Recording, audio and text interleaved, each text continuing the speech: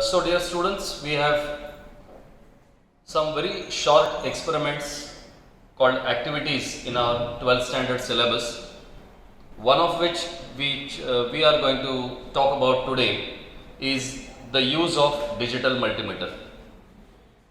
In fact, as the name suggests, it is a multimeter. The meter stands for measurements. You can measure multiple things, you can measure many things by using that single meter. We can actually use this instrument. If you see, it has got several things inbuilt over there. Here you can use it to measure DC or battery voltage. We have got alternating voltages that can be measured. You can also measure that symbol of ohm as well as sound and a PN junction diode. This section can be used to measure the resistance. You can use very small alternating currents. You can also measure very small currents of the sort of milliammeter. So in fact many things can be measured by using this particular device. But what we are going to do today here is only some specific instruments and their checking as well as measurement, which we are going to talk about in today's session. Let us see what are the instruments we are having here. We have been given one dry cell here. This dry cell, of course, it's a used one. So it has got its positive terminal here, and the flat one on the other side is its negative terminal. So it's a you can say dry cell. I have got some small resistors over here which are which are having colored bands on it. In 11th standard we have studied color code of resistance. So two of the resistors are there and we would like to measure its resistance by using multimeter. There is one more two terminal black colored device. It is a PN junction diode. We would like to check the functioning of that diode. And there is one more device over here. It's a very popular device called as light emitting diode. It is called LED, and we would like to check the functioning of all such things, and wherever possible we will try to do measurements. So let's not waste time and we will start doing it directly. The very first thing I have to do is I have to connect these probes over here. I can see there is one common terminal in which I have inserted the black probe, and there is one right section that is for volt, ohm, continuity as well as you can say diode check. So I have inserted my red probe over there. Initially I will keep my this knob on this DC volt section. So the first instrument I am going to use is to measure the you can say voltage or the EMF of that cell. I will put the source on and the device shows me any random readings. Right now I have not connected anything between the probes, and what simply I will have to do is I will connect my red wire to the positive, black wire to the negative, and once I have connected it, so it should give me some particular reading. I have just disconnected it, okay, and it should give me some reading, and it shows me 1.183 along with its unit, it is volt. So 1.183 or 1.184 volt, that is the voltage or EMF of this particular cell. The reason why it is not showing 1.5 is, as I have said, it's a used one. There is another thing which we have over here. It is a you can say small resistance color coded device.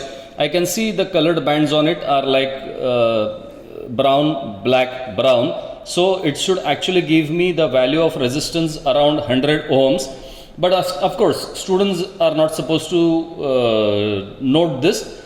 We can directly, or rather we are supposed to directly write whatever reading along with its unit we are going to have. There is another device which is having the colored bands as brown, black and red. It should give me 1000 ohm or 1 kilo ohm, and we will try to see now. I have just connected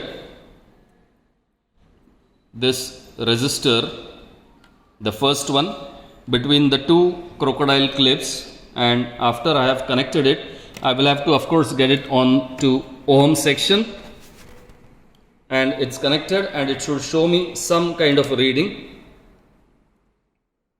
I will just connect it properly.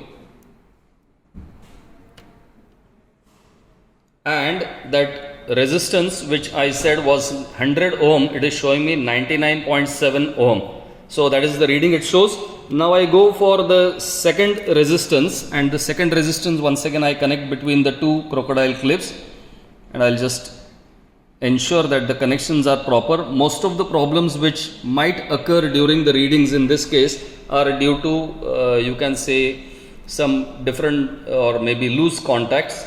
Here I observe for 1000 ohm resistance, the reading shown is 1.053 kilo ohm. That kilo ohm stands for 1000. So it's going to be 1052 ohm. That's fairly proper reading.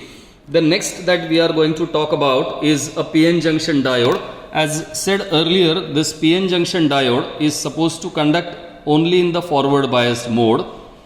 Now, what is the N type and what is the P type terminal over here, or which is cathode and which is anode? Usually the markings are there for the cathode or for the N type. In this device I can see on this black part, I can see on one side there may be a silver colored ring which appears now on the left hand side over here. So this is supposed to be your cathode. So if I connect my black terminal to the cathode or to the N type and red one on this, and I try to see the reading of resistance, it should show me some value of resistance over here. Well, it shows me fairly high value of resistance. It is around 0.73 mega ohm. But if I now connect it in the reverse or in the reverse bias, the terminals are connected in the opposite way, and if I try to take the reading over here, this is showing me something which I cannot actually read. The instrument is not able to read this resistance, so it means that it is as good as the two terminals are not connected by any means, or it is like air separated, infinite resistance it shows, which gives us a conclusion that there was maybe a very small amount of current that was flowing through when the device was in the forward biased mode, but in the reverse bias the PN junction diode does not conduct. There is one more device which we are going to talk about here, is a light emitting diode. I can see its two connecting terminals, out of which the shorter one is usually the cathode or N type of device. I will actually glow this. I will try to actually connect it to a 2-volt battery source and try to show its working. So we have got a battery source of 2 volt over here. This is a 2 volt battery source. I will just insert these connecting probes here. So black one, and then I'll put the source on. The source is put on over here, and I connect the smaller terminal to the black and the bigger terminal to the red wire, and the device should glow. So if I connect it like this, the device glows. But if I connect it in the opposite manner,